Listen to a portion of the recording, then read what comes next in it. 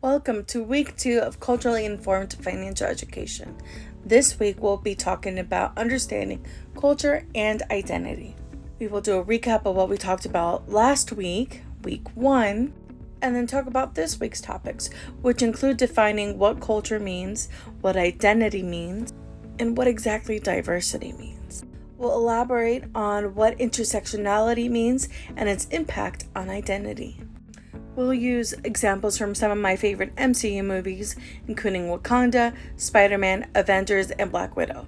So a quick recap. In week 1, we talked about culturally informed financial education, what exactly it was. We introduced the idea that culture can affect the way one interacts with their finances, their financial behaviors, and their decision makings in general. We discussed how traditional financial education usually overlooks the uniqueness in every culture and how they experience financial literacy, leading to this one-size-fits-all approach that doesn't really work for the diverse backgrounds. The goal of culturally informed financial education is to create a more inclusive world in the financial world, but also in how we engage in our behaviors. It addresses and recognizes that culture does have a huge impact in how we manage our money, invest, and save. The foundation from week 1 sets the stage for the next coming weeks, which will be approximately 14 more weeks from today, on how it all comes together. So again, today we're going to define culture, identity, diversity. Culture refers to a shared beliefs, values, norms, behaviors, and artifacts that characterize a group of people or a society. Culture shapes how people interact with the world, interact with each other, and with the society. It also shapes how they identify as individuals and react to other events. So for example, in Wakanda Forever, culture was deeply embedded in everything from their technology, traditions, and the sense of community, which influenced every character in the plot, their actions, their beliefs, and their identities. It's important to take this into consideration because, again, it shapes the way we think, interact, we manage our money, invest, give, or save. It can influence if we are an individualist society or a collectivist society, which we'll definitely do a deeper dive next week, I believe it is, because this is my favorite topic, well, one of my very favorite topics about culture. It's important to keep culture into consideration when we're teaching financial education, because when we're talking about saving or sharing or giving or spending, for some people that means their extended family as well. Even if they're not married and don't have kids, they may find themselves responsible for other members of their family. And as a financial professional, we have to respect that that is part of their culture, but also guide them with theories such as oxygen mask, where you take care of yourself first before you can help others. But we help navigate that with the knowledge that this is their deep-seated belief that they must help every member of their family, or why they must help every member of their family. So understanding that, we can better engage in how we talk about finances for their individual goals. In this way, ensuring that we're tailoring the finances to their value systems. The next definition that's important to take into consideration is identity. What is our role within the larger group of our culture and our community? This is shaped by our background, our cultural experiences, our friends, our families, values, and expected social roles.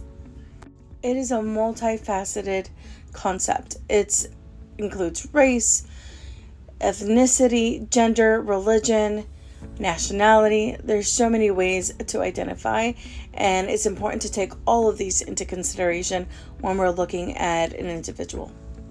Identity can be their socioeconomic status and life experiences that may influence their financial decisions and why they choose to invest, save, or give. The identity affects the way they will interact with access to certain programs or certain products, or how they act with opportunities or information, how they get to that next level financially.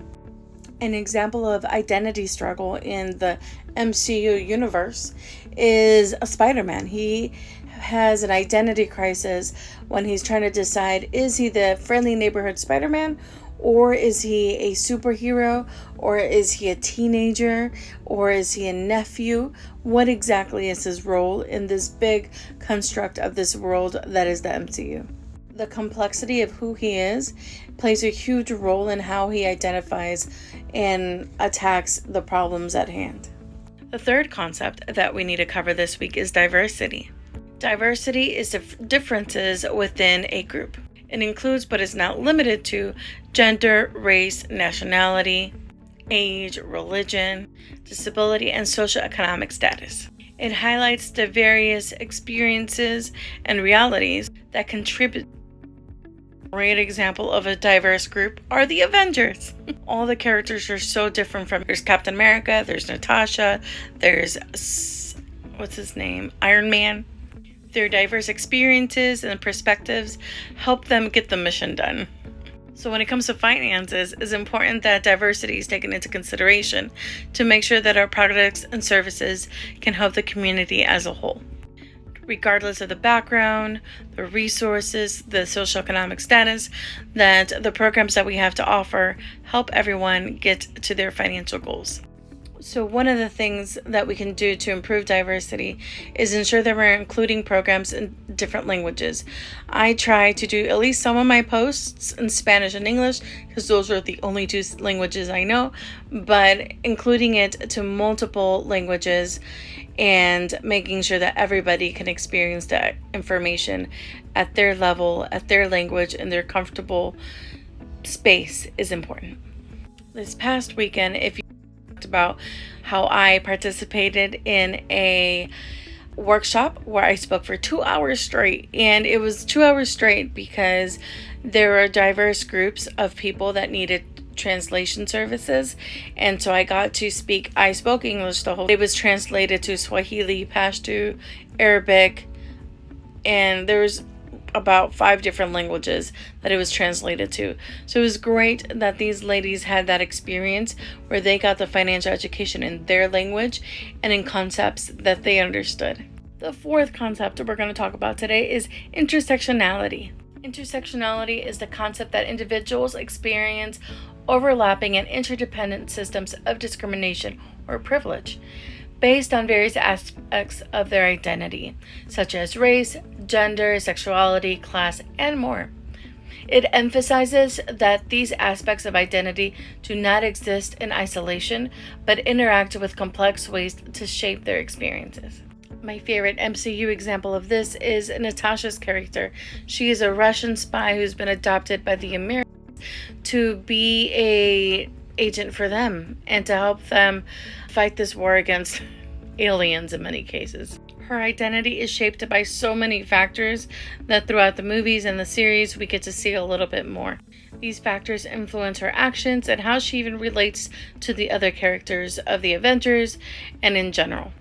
Throughout the various movies, we get to see how it is complex for her because it's her identity, it's her gender, her nationality, and her loyalties are at play. It's quite complex. So understanding intersectionality allows us to understand that, or to see that our clients have so many things that influence who they are and how they got to this very moment. It wasn't just one thing. It wasn't just one watershed moment. It was multiple events that led to right now. So it is important that we acknowledge that all these different roles that one may play as a human plays a impact on how we, again, manage our money, save, invest, give, spend, etc., etc. So paying attention to all these things is very important. So for homework, reflect, write a journaling entry on how culture has defined you. What is your cultural identity? How do you feel it plays a role in your financial journey?